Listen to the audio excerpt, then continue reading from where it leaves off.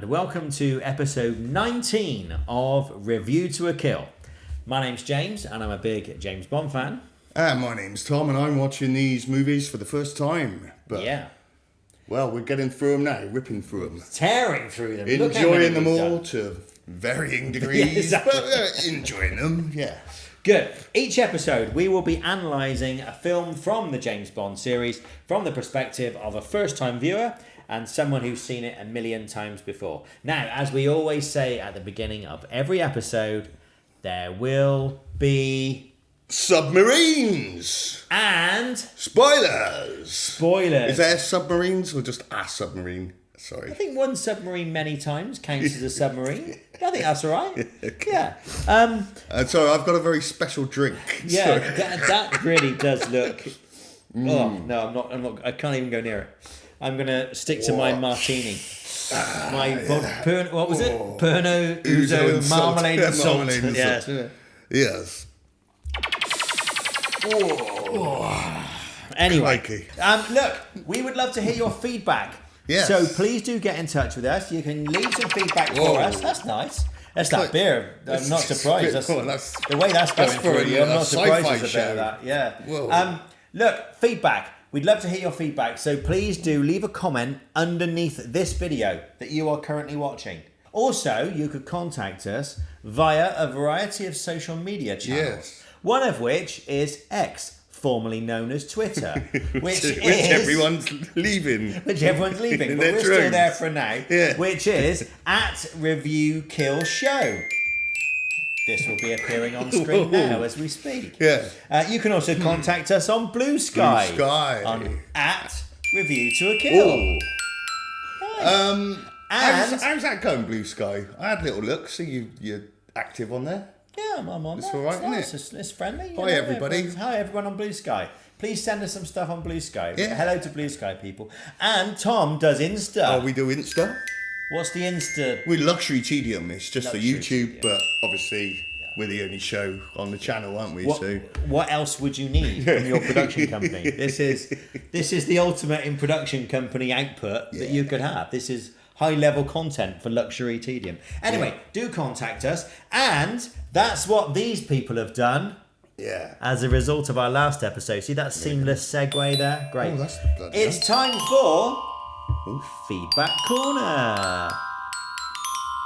Ooh. Very nice. Who's first on Feedback Corner? It's Fidge Jufter. Oh, that's Phil. That's Phil, is it? Phil. Hello, Phil. He had a bit to say, didn't he? He did. I've picked some of it. Some of it. The most sane parts. Yeah. This, for a long time, was the film with my favourite exchange in the franchise. Yeah. During the intro, the Admiral to M, what the hell is he doing? Oh, yeah. His job. That was good. Good line. Good line. Great way to start Tomorrow Never Dies as well. Really good way to start the pre-title sequence. Yeah. And also, Phil says, I just love how she, meaning M, doesn't really approve of the 00s, but has this begrudging admiration for what they can do. That's an excellent point. And we see a lot of it in the movie that we're going to talk about tonight. Only displaced by one in Casino Royale, but that's not for discussion now. Quite right. We will come back to that, Phil.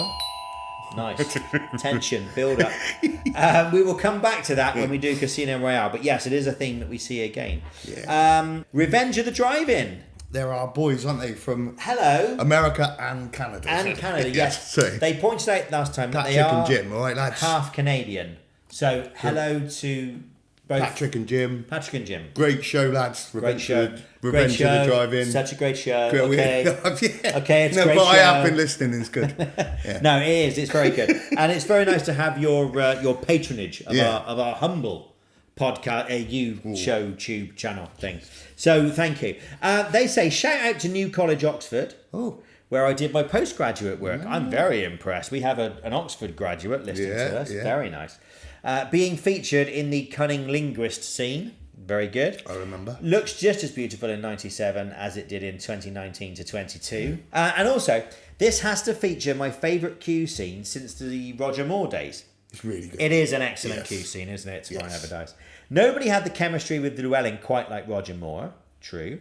But I enjoy Brosnan as a sort of update on the Moore version. I think that's a really good point. Yeah. And they do bounce off each other really well. And they do it in this movie as well. Yeah, there's a really good bit in this one. There's a real respect between the two actors, I think, that comes across on screen. Yeah, that sounds about right, I'd say. So thank you, chaps, on Revenge of the Drive-In, and keep up the good work. Yeah. Very nice. Lovely to hear from you. Thank you. Craig Luft.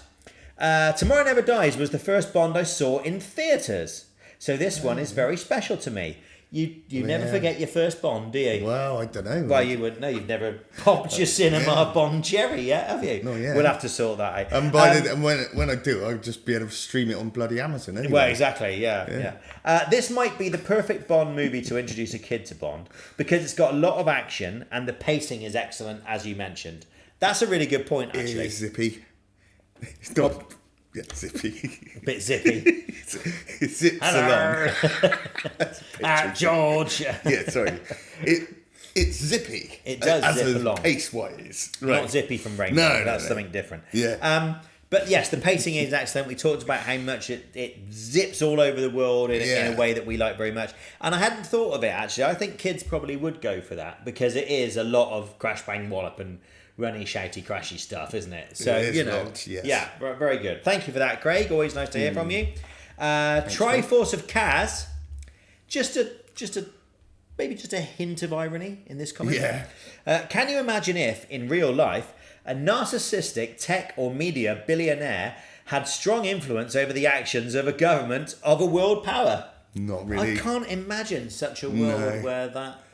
No. It could never happen, could it? No. Laughs nervously, says Triforce of Kaz. Yes. Bit of politics.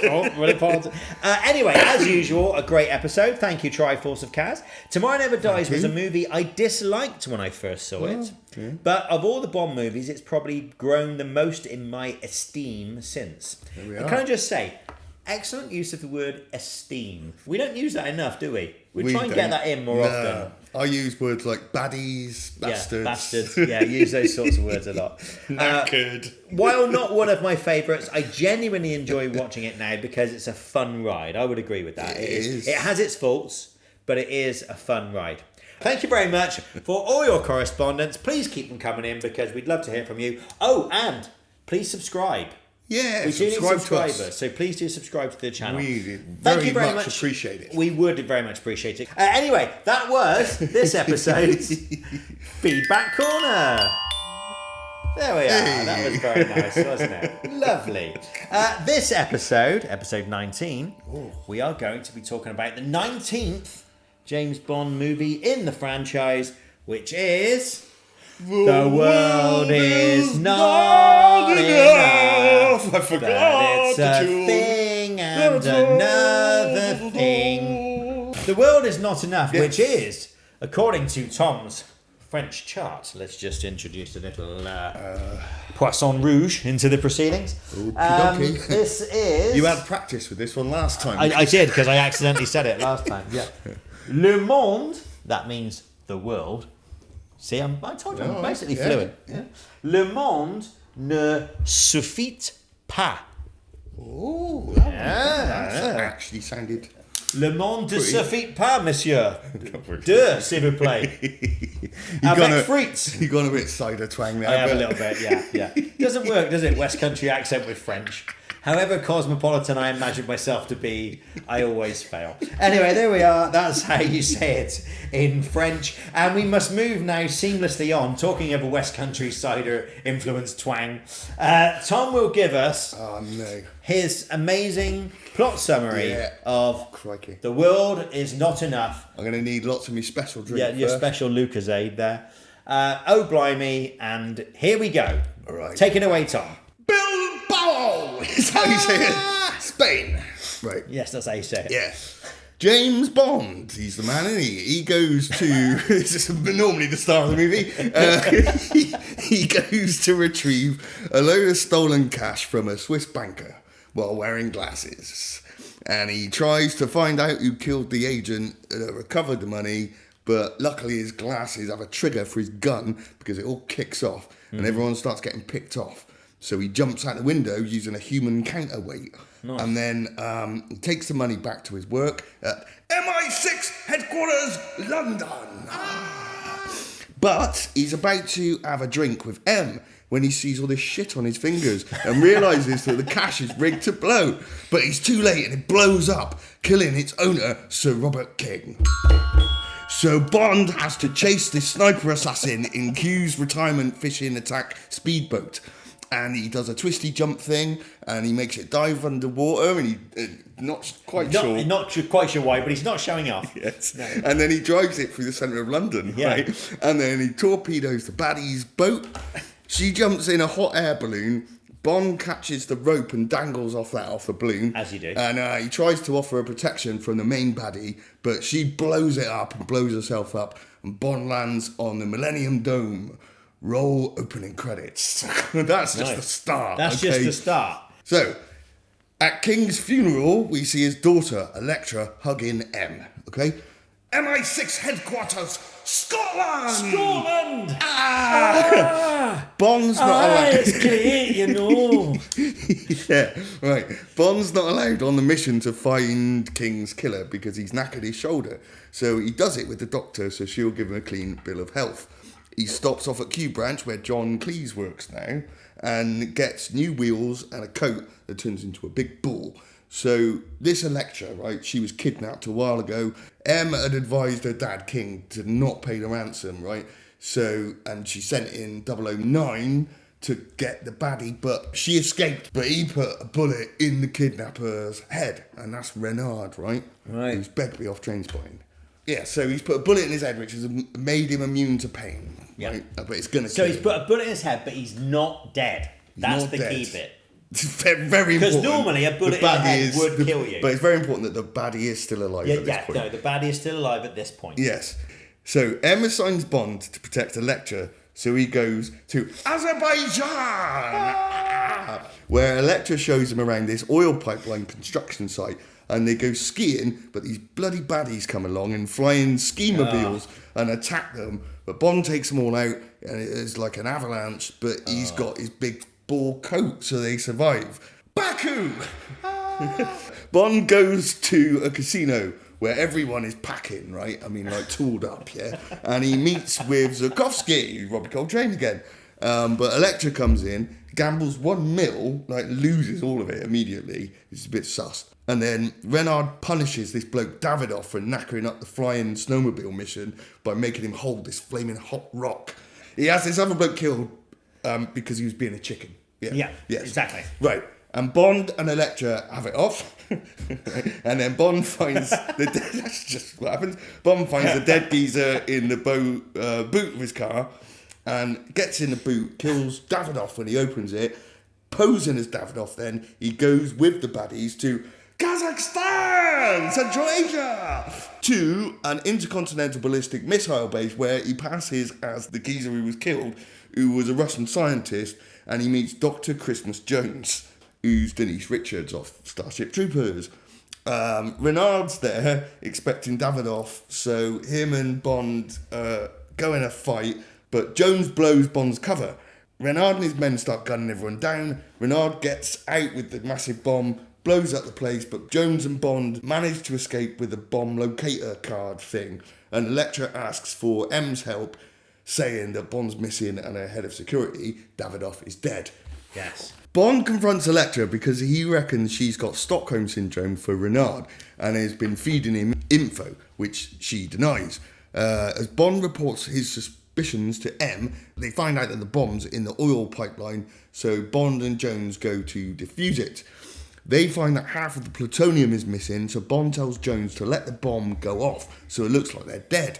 Electra reveals to M that she is the main baddie and puts M in a cell. That's literally what she says. By the way, Judy, I'm the main baddie. Istanbul, Turkey. Renard gives Electra the bomb and puts a clock just out of M's reach. Mm-hmm. Caspian Sea! At Zukovsky's caviar factory, his henchman Goldie sees Bond's car and calls Electra to tell her. So he's really like working for Electra. Yeah. So as Bond interrogates Zukovsky, these helicopters with all these circular saws rip the shit out of the place. And in the chaos, Zukovsky ends up in a vat of caviar. And is forced to confess.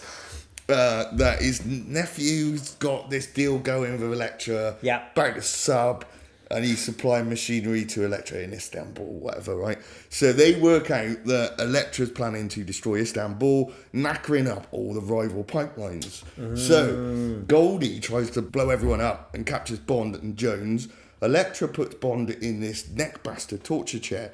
Zukovsky comes in, guns blazing, and kills Goldie, but Elektra shoots him and he manages to shoot one of Bond's leg locks before he dies, and Elektra doesn't see. So Bond escapes, frees M, kills Elektra because she won't call off the attack, so she's gone, right? Bond gets in the sub, rescues Jones, has a massive shootout with the baddies as the sub gets all knackered up and crashes. Renard locks himself in the reactor, so Bond has to get in there before he blows everything up, and he nearly drowns, but he gets to Renard. They have a fight. Renard is just about to stick this rod into the reactor hole, but one of the hose pipes detaches, and Bond sticks it in a pipe hole, which blows the rod out, impaling and killing Renard. Bond and Jones get out before the sub explodes.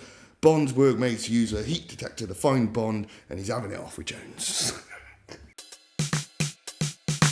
Would you like some facts regarding The World Is Not Enough? I certainly would. Of course you would. Of course I would. This is the 19th James Bond film of the series. Pierce Brosnan returns as James Bond for his third James Bond performance. He's, I think, a bit more into the role this time. I think this might be his best performance as Bond. I thought he's good. Looked like he was really into his stride. I've enjoyed him in all of them, and in all of them, I see. Yeah, he's definitely very comfortable. Yes.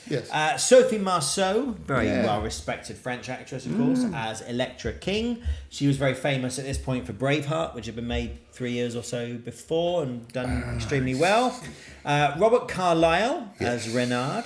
Javier Bardem and Jean Reno were both considered, but Robert Carlyle was selected. He, of course, had just done Trainspotting and The Full Monty, so he was doing very well. Monty as well. I watched Trainspotting last night just because I was... Research.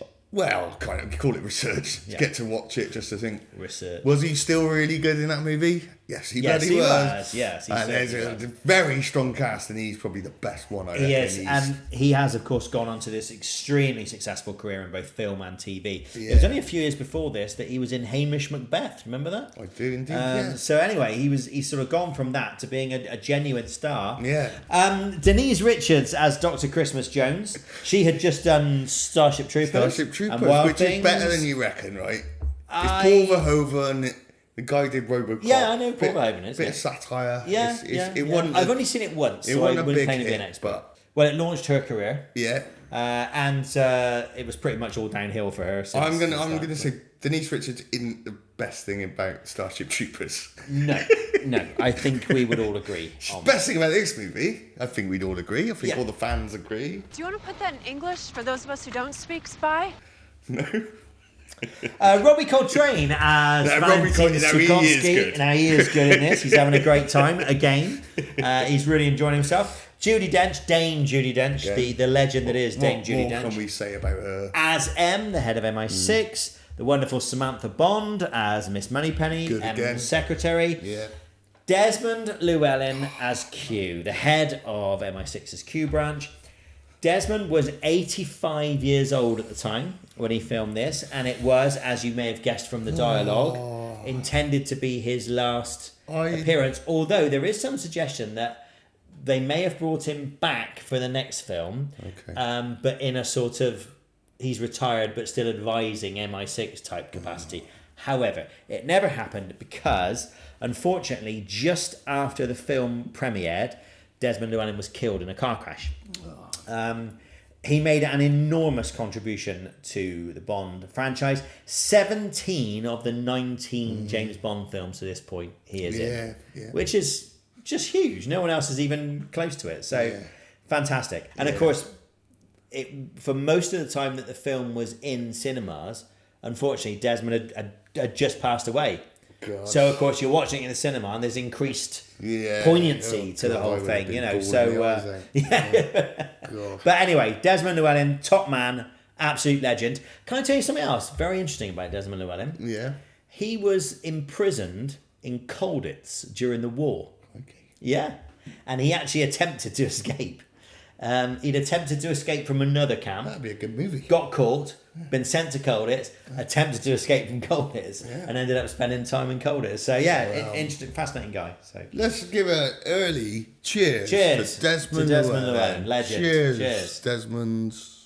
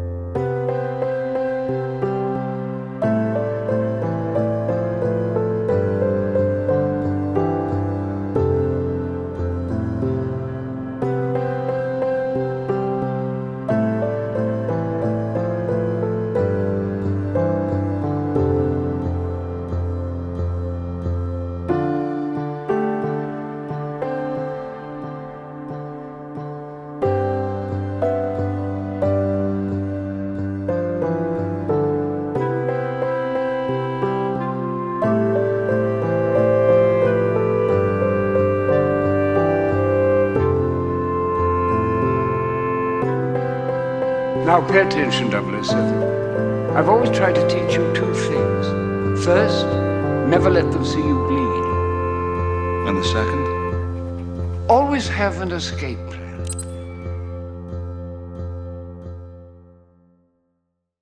Let's move on because they'll all be misty-eyed We'll all at be what we've done. sobbing.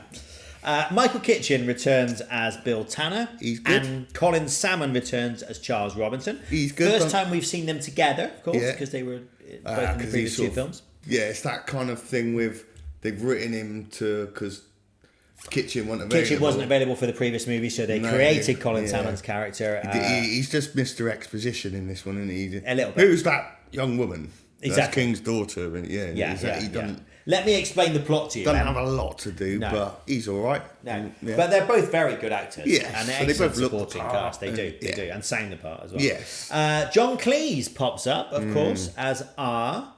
Yes. You don't sound too convinced. We'll talk. I like his early stuff. He's sort of firmly in the. Why is it I'm not allowed to say this? In my day, you could And say let's just this face about it, Mexicans, and it was they're all fine. just the most boring bunch of bastards around, aren't they? If you had to sort of nail me to a wall and say watch one movie, it would be Life of Brian. Yeah. I just think it's genius. Everything about it is genius. All movies. Oh, right. Honestly, I think Life of Brian is... That's like my Desert Island Disc movie, right? Yeah. But I look at John Cleese now and I'm like... I'm just bored by it all. Really? And he's become the thing that he was sort of fighting against, hasn't he? I would. So, Could be argued, yes. Anyway, there we are. That's just an aside. So John Cleese appears as R, and it's very nice to have him in Looking this movie. forward to him returning. Yes, he does return in the next one. Brilliant. There are a few interesting extras in this one. Yeah. There is the aforementioned Goldie as Bull. Inner city life, inner city pressure. Goldie, yes, that's Tom's way of saying that Goldie is a musician, DJ, and producer. He was doing a bit of acting at this point. He was in Snatch the following year, wasn't he? And doing a bit of acting around this time. Yeah.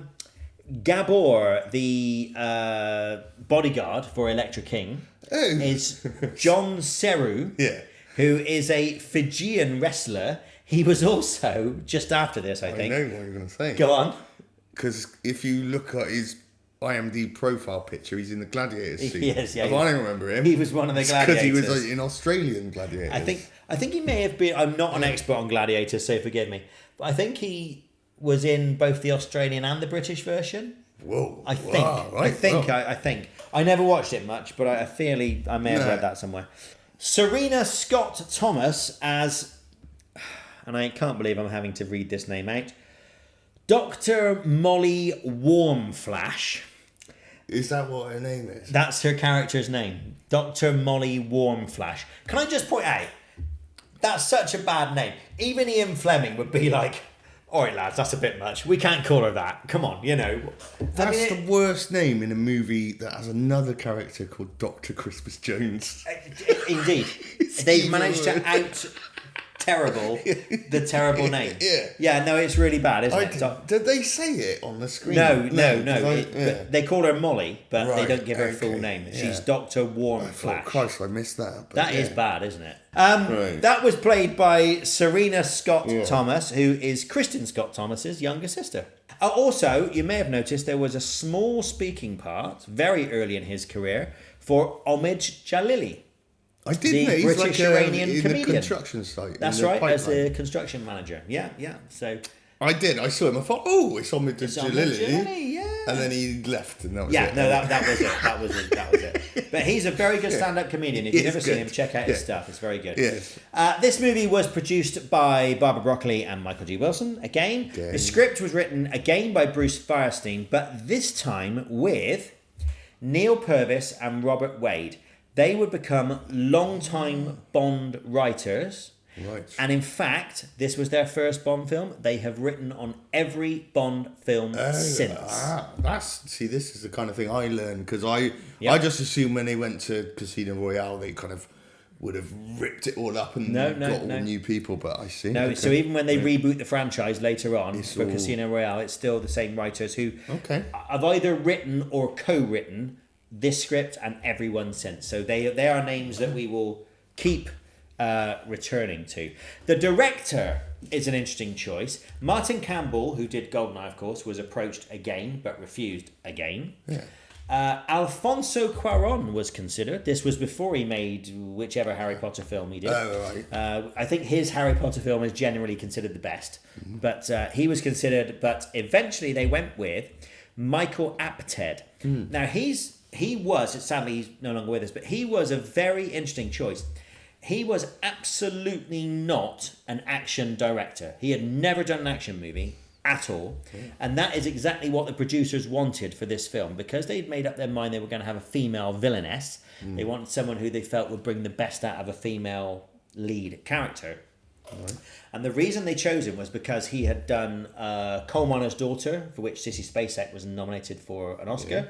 Gorillas in the Mist, for which Sigourney Weaver was nominated for an Oscar. So he was felt to have, the ability to bring the best performance out of a strong female lead. And Sophie Marceau is an excellent actress. So I think we see the evidence of that. The other thing Michael Apted did, and this is quite interesting, he actually started his directorial career with Granada TV in the 60s, did a few episodes of Coronation Street, amongst other things. And then he had the idea for a programme called 7 Up. I don't know if this has been internationally screened, so if you're abroad, you may not know about this, but it's quite a big thing in Britain, that it's a sort of every 7 years this programme comes along, following the same children, 14 children I think it is, that they follow at every stage in their lives. Should have been 7. It's quite fascinating. Well, they were 7 years old when they started, that's why. Well, yeah, but they should have been 7 children at 7 years old, and you catch up every 7 years. They chose 14. I am powerless to speculate. Anyway, that was Michael Apted too, right? So that was his thing. So that was the sort of thing he made, not action movies. So he was quite an interesting choice, and I think you do see some of that in this movie, but we'll talk about that a bit later. This, of course, was made in 1999, so the historical context of this is quite interesting. The collapse of the Soviet Union in 1991 had meant that the former Soviet countries were opening up to the West. That's why we see Azerbaijan, Kazakhstan, and so on seen in this movie. And in particular, this idea of the oil reserves in the Caspian Sea becoming available for the Western powers to move in on. Plus, of course, it's 1999, the millennium is coming. This film actually came out in November of that year, so very close to the millennium. And of course, heavy use of the Millennium Dome, now known as the O2 Arena, which is a real sort of, yes, it's 1999. Really it's quite a clang, isn't it, in the opening sequence. And this, of course, was the focal point for the Millennium celebrations only a month after the film opened. I wouldn't know about that because I was in Sydney for the Millennium. But there we go. I think I was in Chatfield. Yeah. Or Wootton Under Edge. That's nice too. Wootton Under Edge is very nice. Isn't it? Sorry. Anyway. If you haven't been to Wootton Under Edge, anyway, brief Don't information bother. on the source novel. Well, of course, there isn't one anymore because we've moved past all the novels and short stories now. Indeed. However, there is one little link back to literary Bond. In the novel, On Her Majesty's Secret Service, he learns when he's doing all the heraldry stuff, pretending to be Sir Hilary Bray, Yeah. he learns that his family motto was Orbis non sufficit. See, I can do Latin as well as French. Orbis non. Orbis non sufficit. That's IL7. And that means the world is not enough Yeah. in Latin. So Thumbs there up, we doesn't it? are. And he actually says in the movie, of course, family motto. So that's the link there back to the literary Bond. This was shot between January and June of 1999 and then edited for a November release.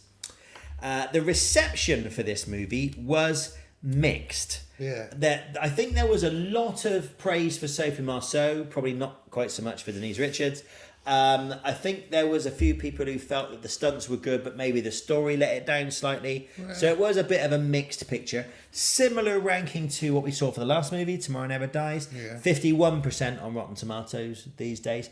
I am going to go out on a limb. I think this is a slightly underrated movie, personally, but that's just my view. Yeah. There are those who sort of forget it. Like the last one, zippy. Not that one. That's Jeffrey. It's a zippy movie. It is. It's still 2 hours 10 or a bit of more, a lot of fun. Just but zips it around. just very absolutely. good pacing and it is. And the box office. The budget for this movie 135 million. The box office for this movie 361 million. So up about 30 million on Tomorrow Never Dies for roughly the same budget. So again, a growth and a huge amount of profit for the producers. So that's a quick overview of The World Is Not Enough. So we're going to take a little break and we'll be back with the BondBoard, the arbiter of all things Bond, in just a moment.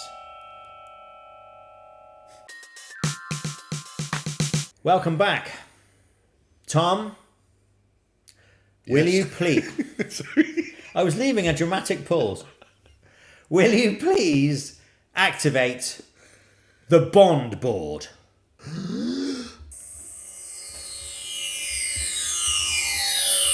BondBoard activate.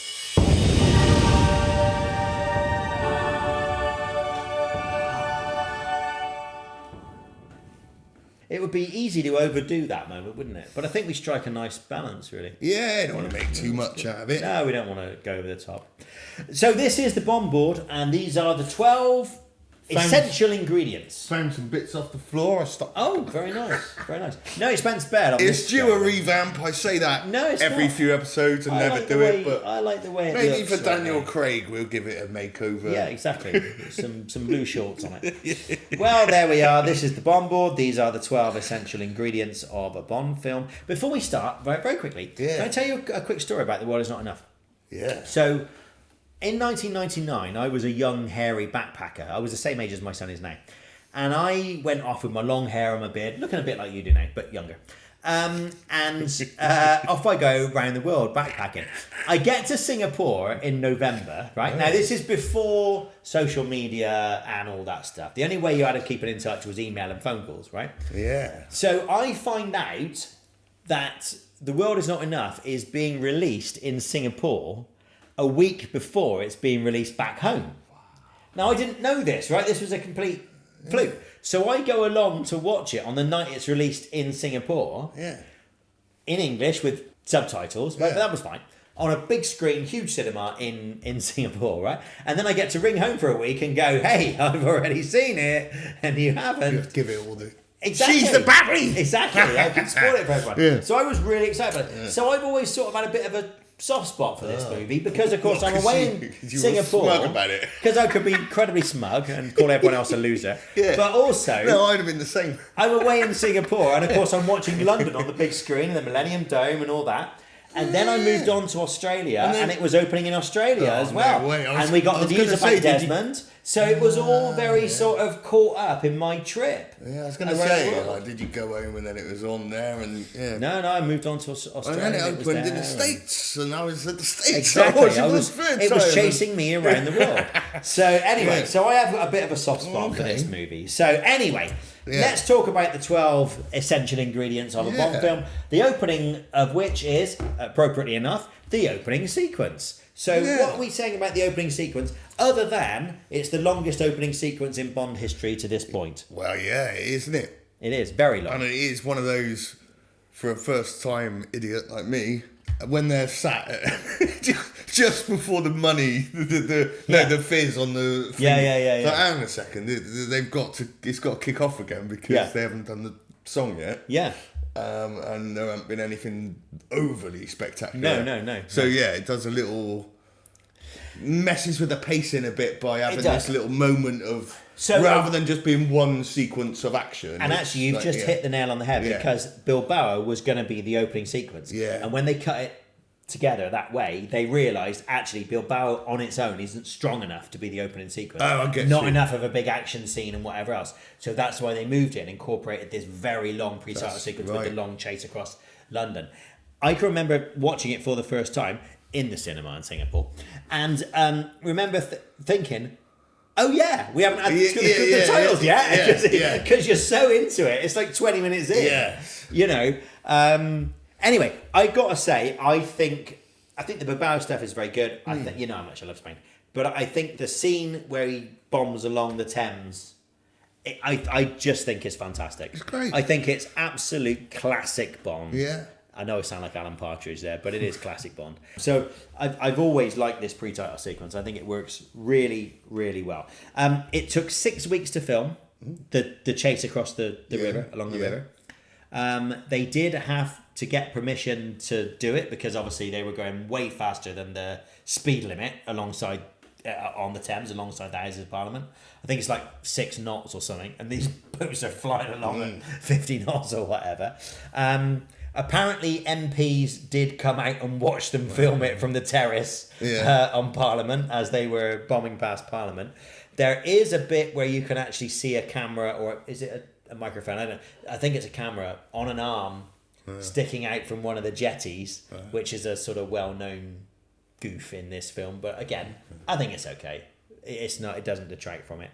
And by the way, when you see Pierce bombing along in the boat, and he's getting wet and driving along in the boat, that really is him. That really is filthy, dirty Thames water that he's getting sprayed with. There's one where he takes an enormous shot of sort of water. Just to say Christ. Yeah. And that genuinely is him in the Thames getting cold and wet and mucky and horrible. Right. So, yeah, there we are. I think it works really well. I love it. Yeah. It's going to be overlap, gag stunts, loads of stuff going on. So maybe specifically I'll say just a bit of a stretch with, how long a stretch he does on road in a boat. Yeah. But, you know, we're in a Bond movie here. You're not looking for reality, are you? He's got big jet thrusters or whatever, hasn't he? So, I mean, it's all a bit of a stretch, isn't it? So, adjusting the tie underwater. Great little... I love like that. Love that. You would. Yeah, I love that. Because it's what he did in GoldenEye with the tank, but kind of next level, isn't it? Yeah. You know, like this time I'm underwater, giving it the little... Yeah. I really like it. Apparently Pierce improvised it, so there we are. Okay. Not bad. Well, pretty good, all in all. And, yeah, it's a very extended action sequence. I've gone 8 out of 10. I have said 9. Whoa. So there we are. Okay. Next is the theme song. Yeah. Theme song, of course, performed by Garbage. The legendary Shirley Manson on vocals. Yeah. And Butch Vig on drums, of course. You forget, don't you? Butch Vig plays the drums in Garbage. Producer of Nevermind for Nirvana. And Siamese Dream. Yeah, Smashing Pumpkins. Yeah, all kinds. So legendary producer. I like it as a theme song. Written by David Arnold, who we talked about in the last episode. He was Mr. Bond music at this time. With lyrics, before you start, by Don Black, who wrote Thunderball, Diamonds Are Forever, Man with the Golden Gun, etc. Take it away, Mr. Tom Scriven. So,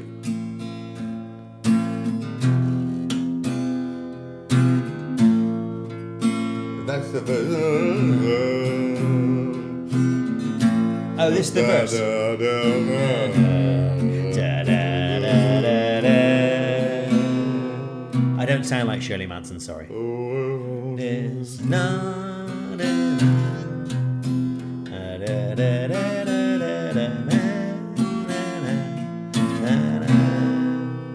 and if you're strong enough. Should we just do this every week?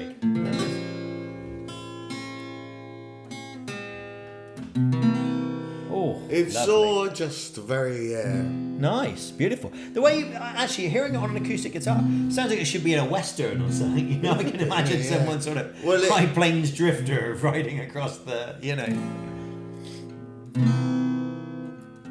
it's just, F Nice. minor, B, flat minor, and Now, C7. Yeah. you're the musician, and I'm completely bereft of any musical ability. Is that a sort of Bondy collection of chords? Are those Not- used a lot in Bond themes, or is this a bit different? So yeah, they've just put it up a semitone in. So it's similar. Okay, I see. So you can imagine. Okay. See, I don't understand semitones and things. Okay. So it. It's got. It's yeah. all in that kind of same Okay. scale of. Yeah. Anyway, Somewhere. Yeah. Yeah.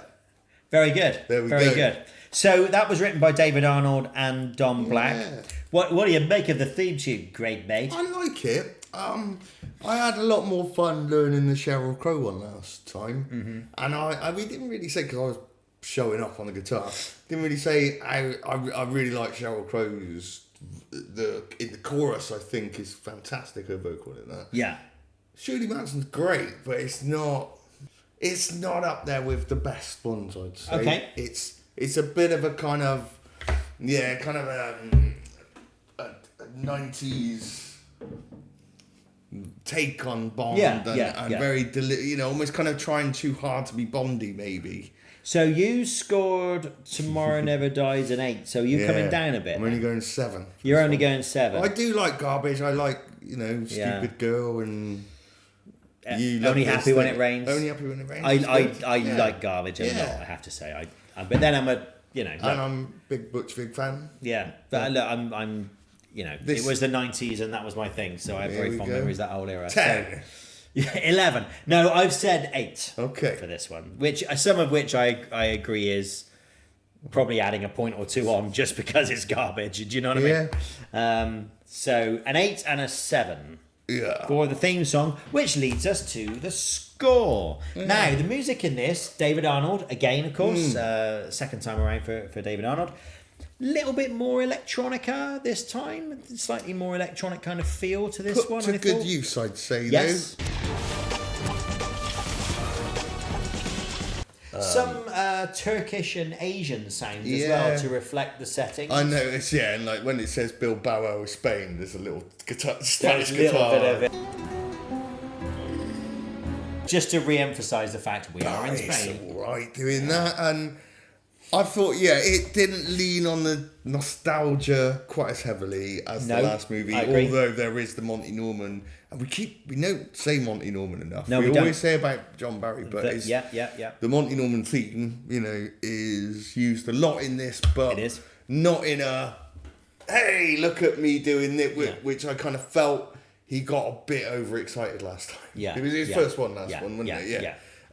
And like you say, he was a huge Bond nerd, wasn't he? So it was like...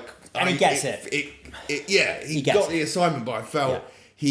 he seemed a bit less excited and got it a bit... Yeah. He got the I mean, you can't have da da da da every 5 Exactly. minutes, Yeah. right? So therefore, it is when the tank bursts through the wall in Goldeneye, or when, and in this one, it's when he's jumping into the river, isn't it, in front of the Millennium Dome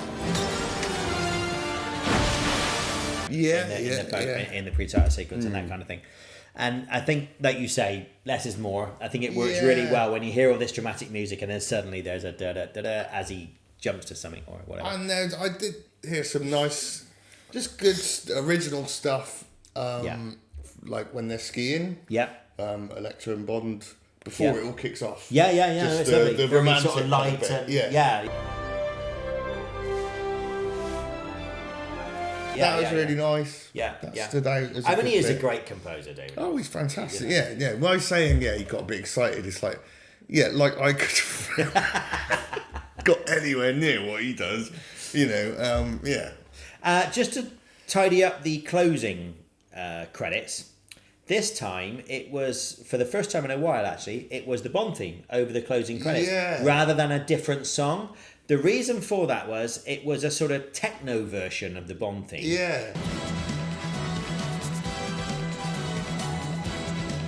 The reason being, it was going to be a song called Only Myself to Blame, again written by David Arnold with Don Black, sung by Scott Walker from the Walker Brothers. Oh, right. The Sun Ain't Gonna Shine Anymore, etc. And that was going to be the closer. However, it's quite a slow-paced song, and it was felt to be sort of too much of a downer to finish the movie on. Okay. So relatively late in the day, they asked David Arnold to do a sort of techno version of the Bond theme, and that song went on the soundtrack but wasn't used in the movie. Okay. Oh, right. So I that's why that was sounds wondering if Goldie had any hand in that last bit, but there's no credit of him anywhere. Don't think so. It's just a bit of his kind of style with the beats Absolutely. and stuff. But it is very much. So, Yeah. so what we're saying for the score? I mean, you're the musician. I liked it, but I've only got to 7. I have also said so. Yeah. Sort of, yeah. A solid Bond score, I think we would both agree. Yeah. Do you know, I've just noticed I've scored the last 4 scores. The last 4 movies, I've given them all a score of 7. I need to vary my scoring. I'm being very boring, I'm sorry. It's what, it's Right. how you feel. Stunts. Quite a bit going on that we've already talked about a bit in the opening. I will just mention the twisty jump again, because I felt that was Showing off. showing off. Was that not a nod to Man with the Golden Gun? Do you know, there's a twist. I suppose it might have been. I haven't it's not- seen anything formal on that, but maybe. I just yeah, thought it maybe, was yeah, like an yeah. obvious, we're twisting the vehicle again. And I was just going to say, well, it wasn't as good. Well, it hasn't got a slide whistle. It hasn't got a slide whistle, but no, they didn't do it in like one shot. There's like 3 shots of it, so I thought I maybe knackered the bit of it up each time, or it just looked better doing it in 3 shots. But Don't know. I thought they could have gone for the not slide whistle, but No. they could have like replicated that shot. Yeah, they yeah, did the yeah. twisty vehicle thing. Yeah, No. maybe. Don't know. I haven't seen any reference to it, so All right. perhaps that's just your interpretation. Probably then. Boat on the road. Boat on the road, quite good. Boat through the restaurant, That's quite good. fun, isn't it? It's fun. It's a fun. Bond film. Come on, what you Yeah. fish in front of the Yeah. screen and all that? Come on, what are you gonna do? It's a Bond film. Yeah. Then we've got the ski chase with the The avalanche. Yeah. There's lots of guns, explosions, baddies, shootouts. I think the scene at the caviar plant works quite well because it's quite interesting to see Bond running around on something that's quite rickety and quite sort of looks like it might fall down any minute. Don't see that too many times in the series. Yeah, that's a bit, Quite a bit different. Bit of fun.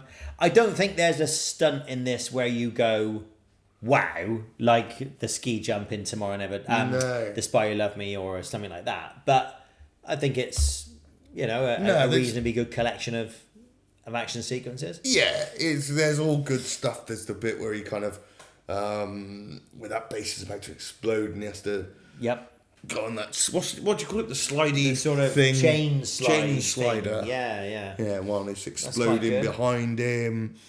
The bit with the helicopter chasing him with the saw. Yeah. And he just keeps running in the same direction rather than jumping out of the way. And again, a bit different. And after the high-tech stuff in Tomorrow Never Dies, something a little bit more low-tech. Just a great big saw that's going to kill you if you get anywhere But near why it. doesn't he jump? Because he's just going pissing it along. Because then it wouldn't look as good for the cameras. That's the reason. He's got to look good while he's doing it. Yeah. That's the reason. And also, I'm going to say here, I think a better climactic scene than the last one, personally. Yeah. I thought the last one Agreed. just running around shooting a machine gun never really quite does it for me. I think something where it requires a little bit more thought and a little bit more That's to get in cunning, the thing, not get in the drown. thing, go down, climb back up, and the submarine being on its side's a bit interesting, isn't it? Because everything's sort of sideways, you have to climb up and everything. So a solid but perhaps not spectacular collection of stunts. Would that be fair? I would say. So I have said 7. Same. Yeah. Which is a solid score, isn't it? It's all right, isn't it? Yeah. Good. Right, vehicles. Okay. It's time to talk about vehicles. Yeah. This was the final film of the 3-movie deal that they had with BMW. Let's see. So starting with the... Excuse me. Enjoy. Starting with the Z3 in GoldenEye and then the 750 in Tomorrow Never Dies. In this movie, Bond is given a BMW Z8. It's a 2-seater roadster like the Z3 that he drove in GoldenEye, but at this time the Z8 hadn't been released. So what he actually drove was almost a sort of mock-up of the vehicle. Also, they never made many of these cars, and there were hardly any made for production in Britain. So if you can find a Z8 today, ka-ching. They're really rare, way rarer than the Z3. But it is a little tiny 2-seater roadster like the Z3. Right. That's what the Z8 is, a sort of upgraded version of that. Enormous rockets, by the way, in a tiny car.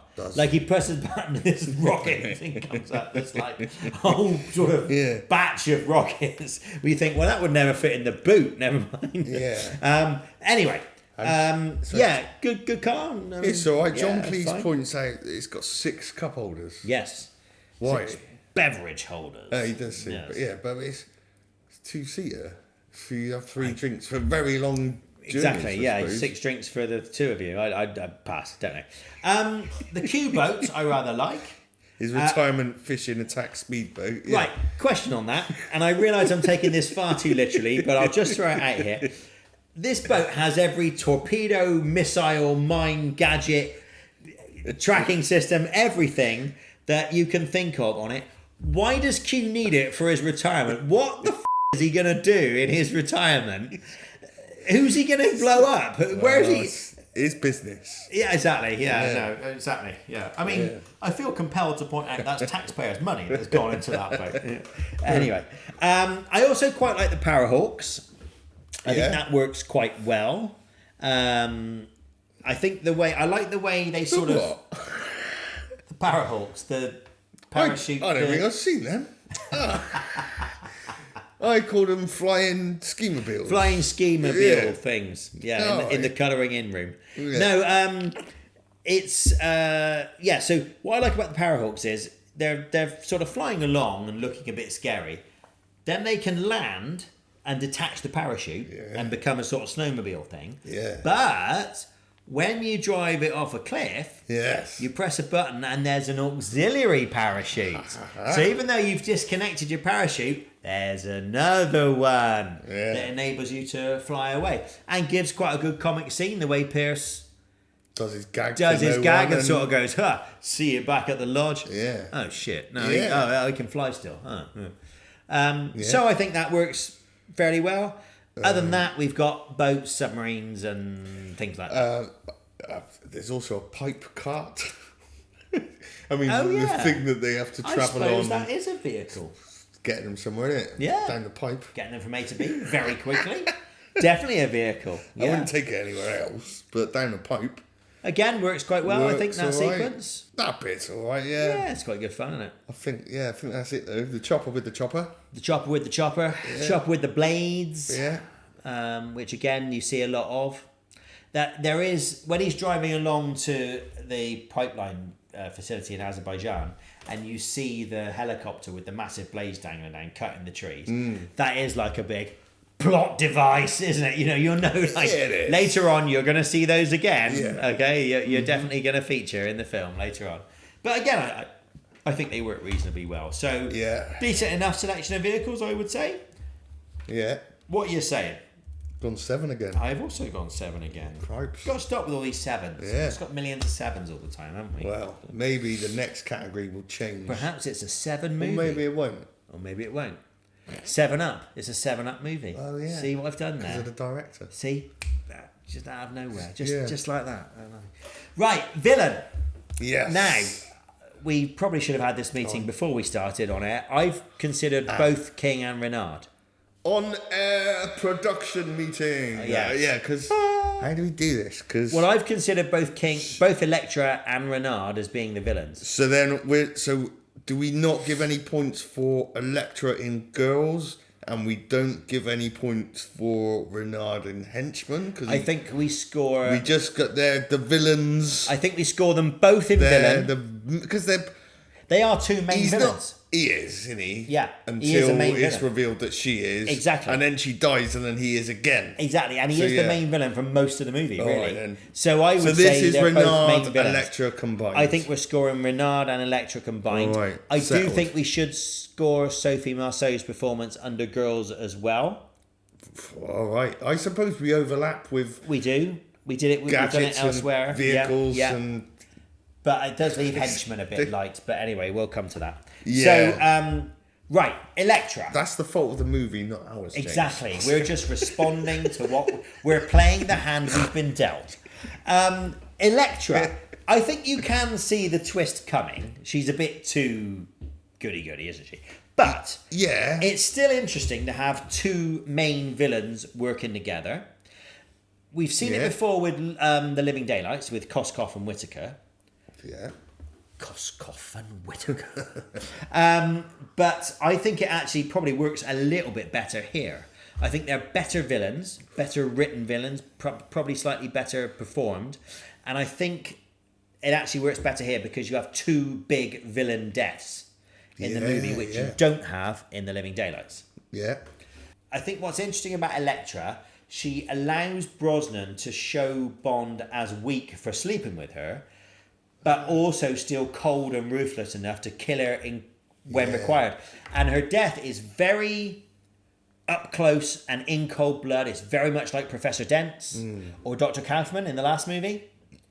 It's very up close, point blank range. Yeah. You know, even though he slept with her and even though he's got feelings for her, and he still does it. So I think the way she's written as a villain and the performance that Sophie Marceau gives is more effective for Brosnan, I think. Yeah. Personally. I think she's brilliant, but I just thought of something then when you mentioned that. Yeah, she says about, why did you sleep with me to pass the time? And all that, Yeah. And they do this thing like they do it. They've done it again where that's great. Should it be in the same movie as the guy that does the doctor to get a clean bill of health? It's like having this lesson about misogyny, about morals in the wrong.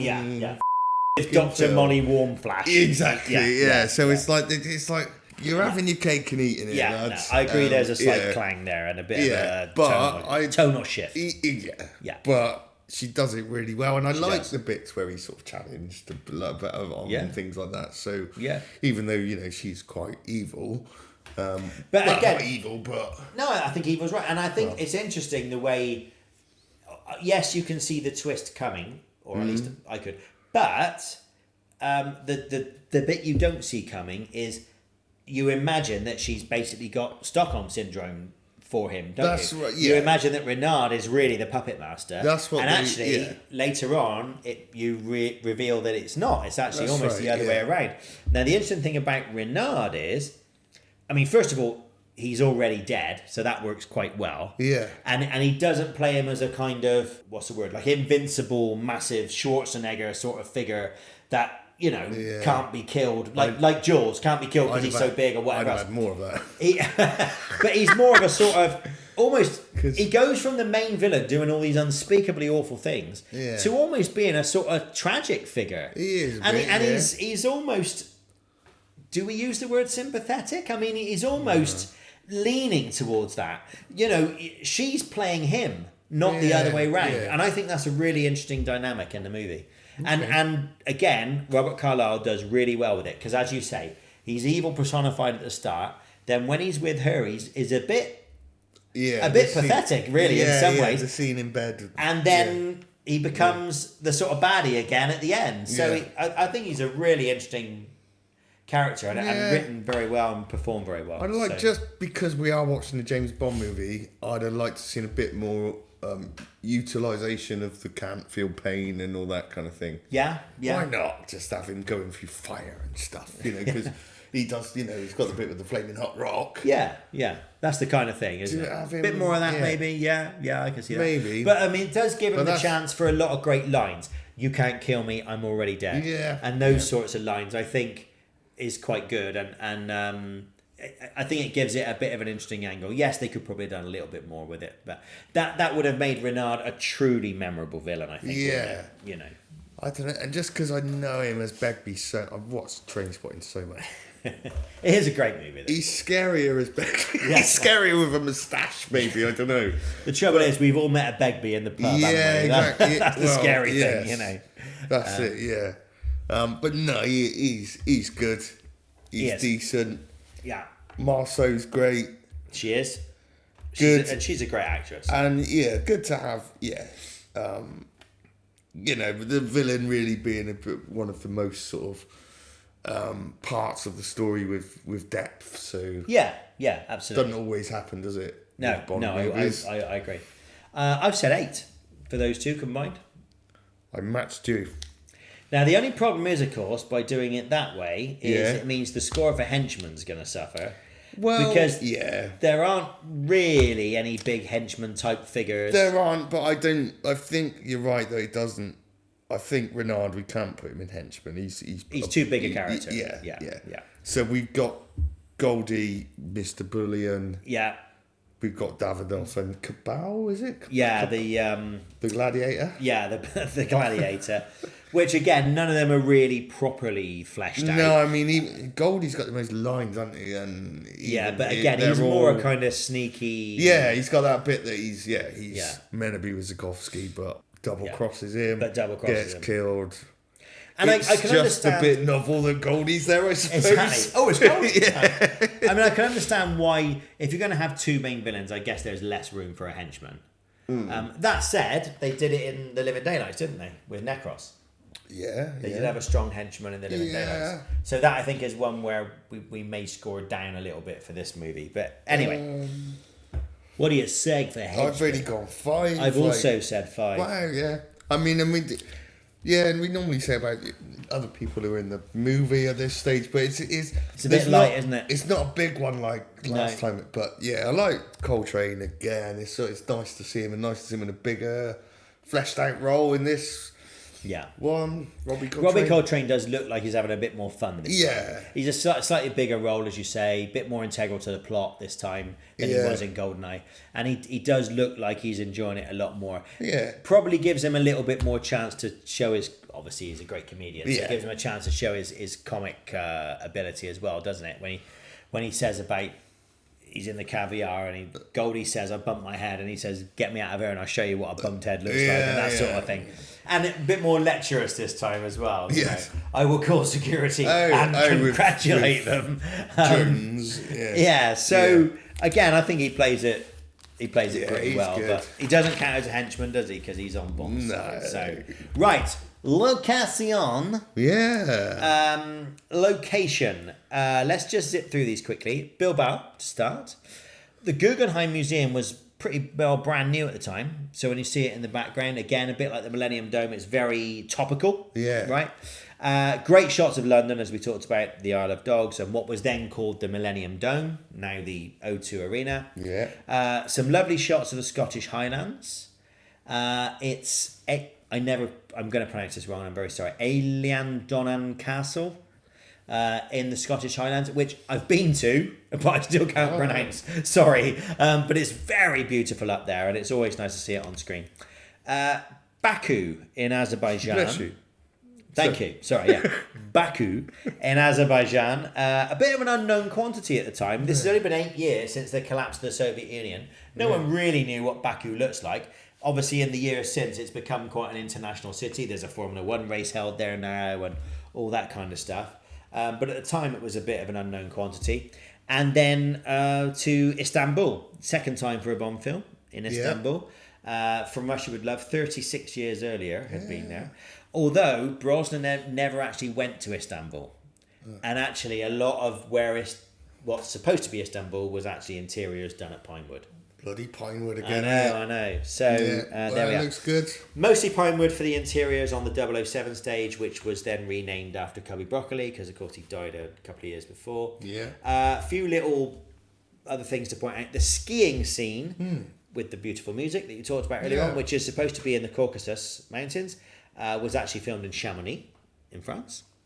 The exterior of the oil pipeline, when it explodes and Bond and Jones are contacting Robinson on the radio, we're strictly plutonic now, that whole section. That was actually filmed in Snowdonia in Wales. And once again, because it's been about 3 movies since we've said this, the underwater submarine scenes, back to the Bahamas. If you were on the crew for this movie, you'd be like, well, we haven't been to the Bahamas for a few years, so that's not a difficult sell, is it? Yeah. Sorry, love, I'm going to have to go to the Bahamas for a couple of weeks. It's work. So, what are you saying for locations? 8. I'm saying 8. Do you know what? I've said 7, but that feels it feels a tiny bit light. Stick to your guns or what? No, I'll stick to my guns. Could have made more of Istanbul. It's, by the way, Maiden's Tower in Istanbul is a real place. Although I believe it's a restaurant now. Right, story is next. Yeah. Right, we've talked about the story. Obviously, talked about this a lot. We can't improve on your plot summary, but one or two little things we would point out. Bigger role for M in this movie. Yeah. And she gets involved in the action, even as a bit of a go at trying to make a gadget. I did miss that bit out. Yeah, I mentioned she gets so she's a bit more involved. Bit with the clock, bit of tension bit there of tech, going on. Bit of tech. Yeah. Quite like the torture chair scene.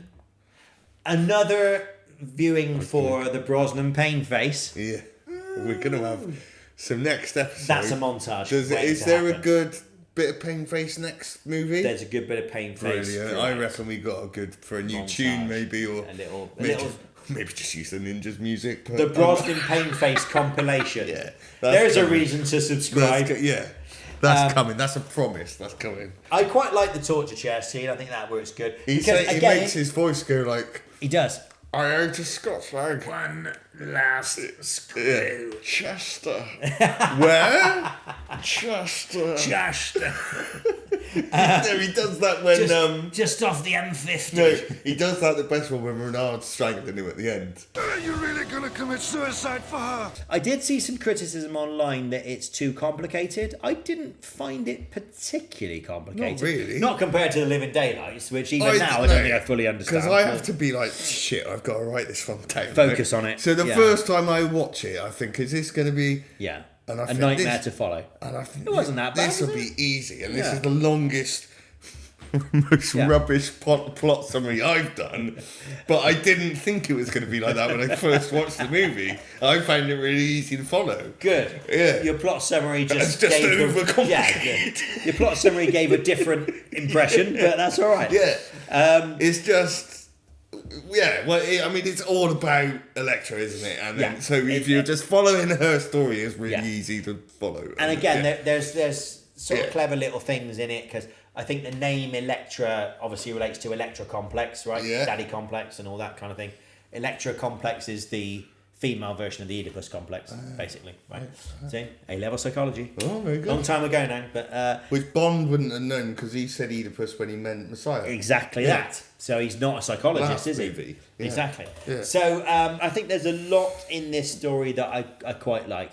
Yeah. It doesn't all work, and I can understand why there is some criticism of the plot. Yeah. But look, I don't think it's a bad story at all. I've said 8, and I don't think on reflection that's too high. I've agreed. I think we're going to have a solid score for this movie. Well, let's find out, because there are 3 categories left, and as ever, they are...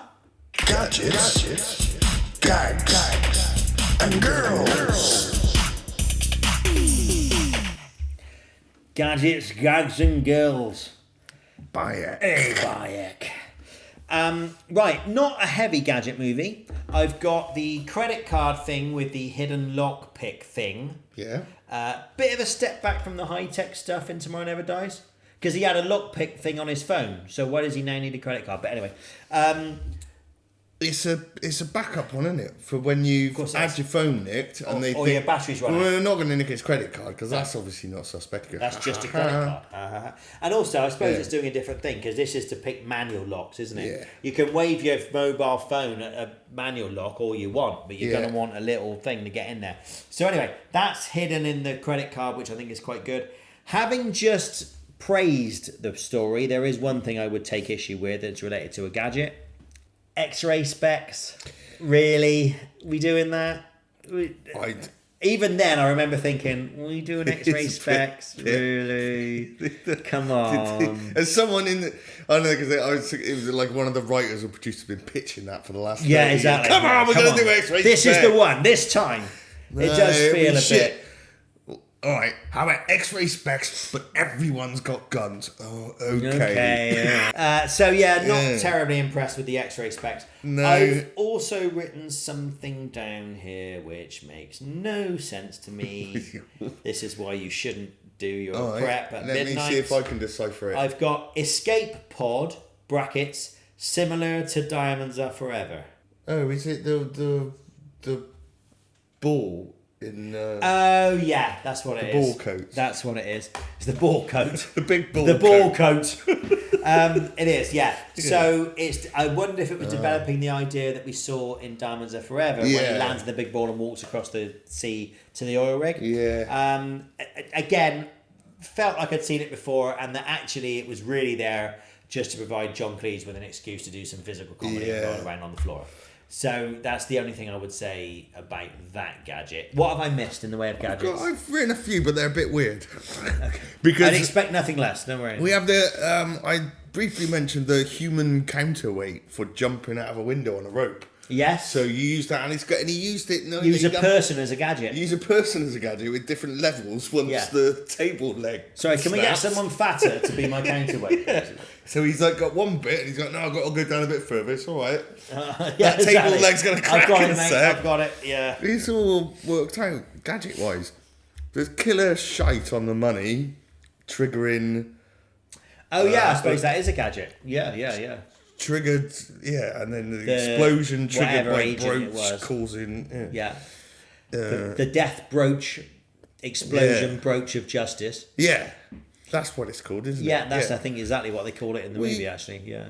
We have a little look in Q Branch just one last time. We have a bagpipe machine gun and a very nice. flamethrower, which is a nice little bit. Very nice. Q Branch's Scottish arm. Yeah, we got the snooker table, which snooker's on. Nice we should escape. be watching that right now, but we're doing. Come on, Judd. Come on, Judd. So the snooker table that basically hides John Cleese in it Yeah. and a car. No, what's he got? Yeah, Yeah, there because is. that's where he's Yeah. coaster. And where Desmond makes his final bow, escape. his final escape. Yeah. The rubbish massive computer face generator that shows Robert Carlyle's face. Oh, the hologram thing. That's all right if you do that in Star Wars. I don't reckon you should do it in a Bond film in the 90s. Unless And when Mothma's there. Yeah, when he's doing putting the finger in the bullet and all that, it's like this is not. No, even in the 90s that didn't. And the graphics is like, PlayStation 2 or whatever, granddads, I suppose the heat signature thing at the end, where we see Bond and Jones together. Yeah. I suppose that's a gadget, isn't it? It is, yeah. But again, it's really just to put in some terrible lines about it's heating up and so on. Get to which is poor. The if we're being worst honest. gag. Yeah, it is a bad coming gag. soon in a minute. Yeah. He's got a watch with a very tiny grappling hook, which he does with jumping. It's like the grapple bit doesn't even go in the wood. It's like he's just got it's stuck in by a pin. Yeah. And it takes his weight as he does a jump. Yeah. So a little bit unconvincing there. Stuff that you probably, you have missed because we just see it, but You see it in films all the time. Yeah. But I bet the MI6, that screen on the floor with the map and everything, Yeah. that would have been cool back in Yeah. 99. Always, I think something like that, if it's done well on a screen, always looks good on a screen, you know. Yeah. And the wall cast thing with the... Is that in a painting frame or something? Yes, You see I think it is. Electra. Yeah. You know, stuff like that, which we just see We all sort of this expect stuff. it in a Bond film, don't we? What's this, 30 years old? Yeah. Not quite, no, 20, Well, 20, 26. yeah. Yeah.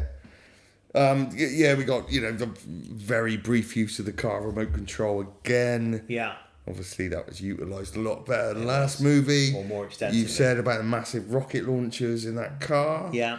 The torture chair thing, I put as into gadgets. I guess that is a gadget, isn't it?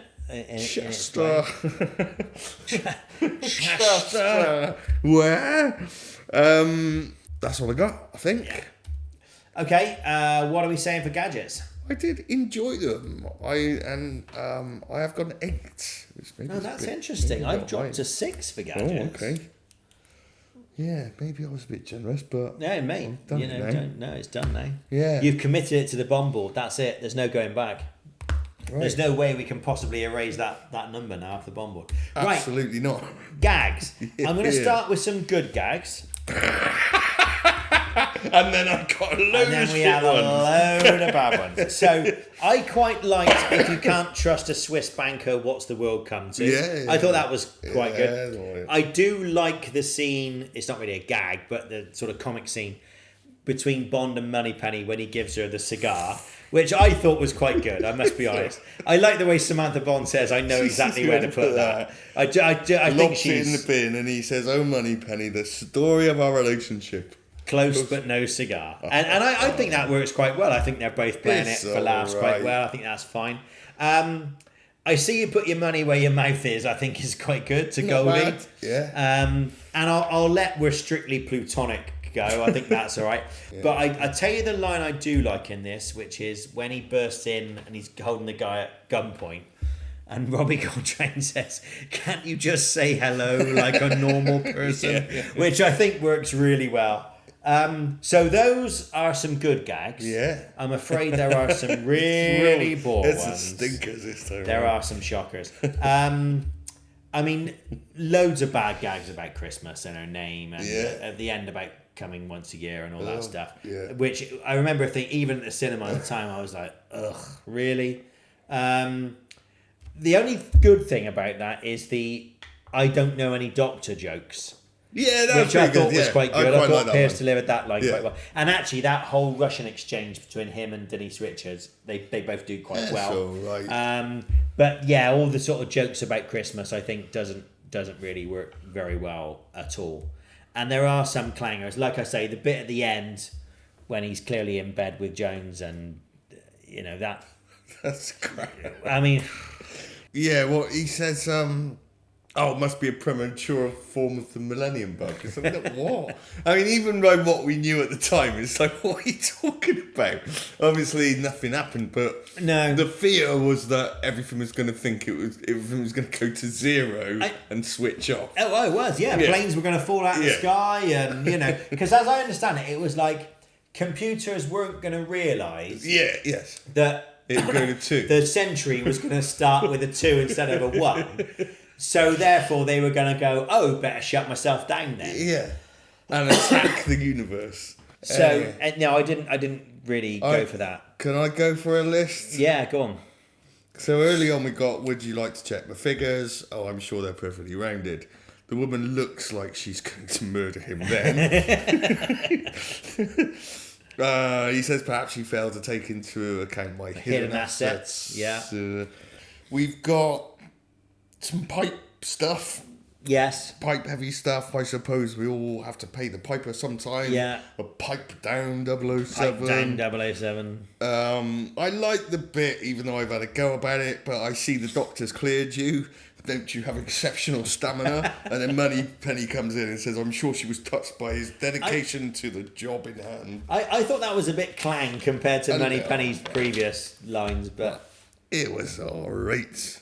Yeah, it was alright. Yeah, right. We mentioned see you back at the lodge to Yes, nobody, see you back and at then the he lodge gets to himself. Yeah, which he normally gets bonus points for, but then he Turns out not to Turns be. out, So yeah. expunged. Oh, a bit weird. What happened to Davidoff? He was buried with work. You what? I've just chucked him in a skip. I mean, he was buried with work. Yeah. The insurance company is never going to believe this. Yeah. Bit daft. Yeah. What the screw?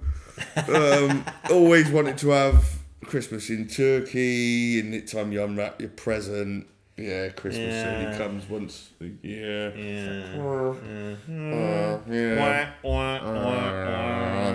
So what are you saying, James?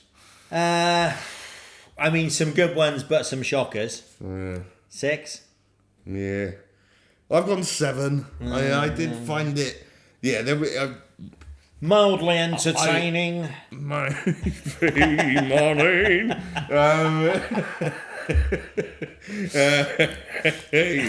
Yeah, no, I enjoyed it. There were a few groaners. Enjoyed it as far as they go. Yeah. Right, which only leaves girls as the last topic. Now, I think it would be fair to say, I think, that Sophie Marceau's performance is more... Better than Denise Richards. Yeah, I was trying to pick a kinder word, but yes, better than Denise Richards. Is all right. I think people get a bit, having someone that sort of just glamorous and beautiful as a doctor immediately makes... Who's a nuclear physicist. Of course, yeah, exactly. yeah. But she didn't, I just don't think she's terribly convincing No. as a nuclear physicist. The fact she's 25 or whatever. Yeah. I mean, I don't think... No, Denise Richards' performance isn't the best, but I'm not sure she has a hell of a lot to work with, in fairness to her. No. But there are times when she sort of does look a bit wrong. There's a bit in the scene at the caviar factory where she sort of runs up the stairs and literally goes... Yeah. And you sort of think... Yeah. Just run. But, perhaps I'm being a bit overcritical. Sophie Marceau, I think, is fantastic. Yeah. And I think you can tell she's really a serious and great actress. Yeah. And she was very, very experienced in French movies at this point. She'd made dozens of French movies at this point. This was only her second English language film after Braveheart. And I think and again, in fairness, she is given a lot more to work with because Electra is such a complex, nuanced character and all the rest of it. Something of a method actor, I think. Okay. I think she sort of was a bit, not rude necessarily, but perhaps a bit aloof because on set, because she was getting into character and because she was being the person that they wanted Electra to be. But certainly Brosnan has spoken very enthusiastically about how brilliant her performance was.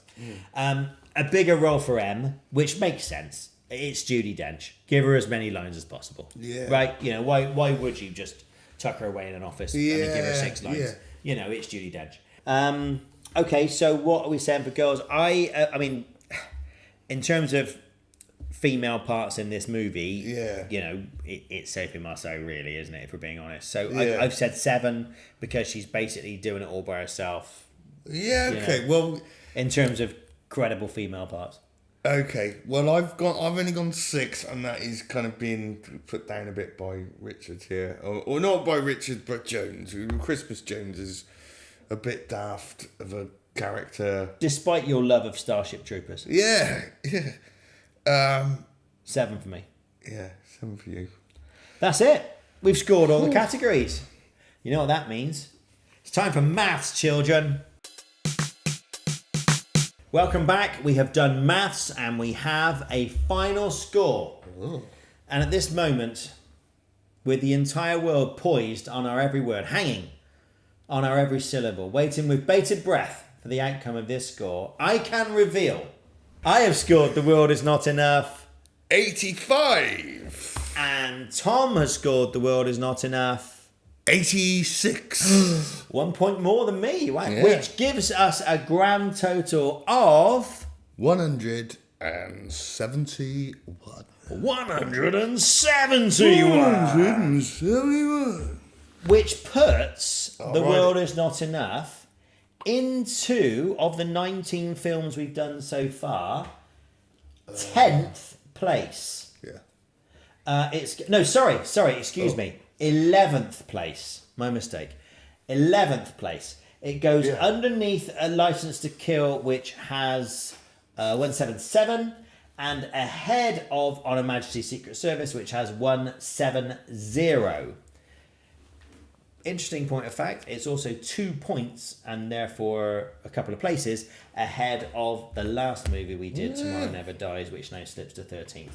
So, The World Is Not Enough goes into 11th of the 19 we've done so far.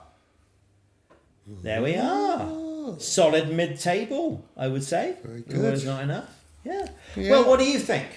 Let us know. Let us know. Are we right or are we bungling idiots? Yeah.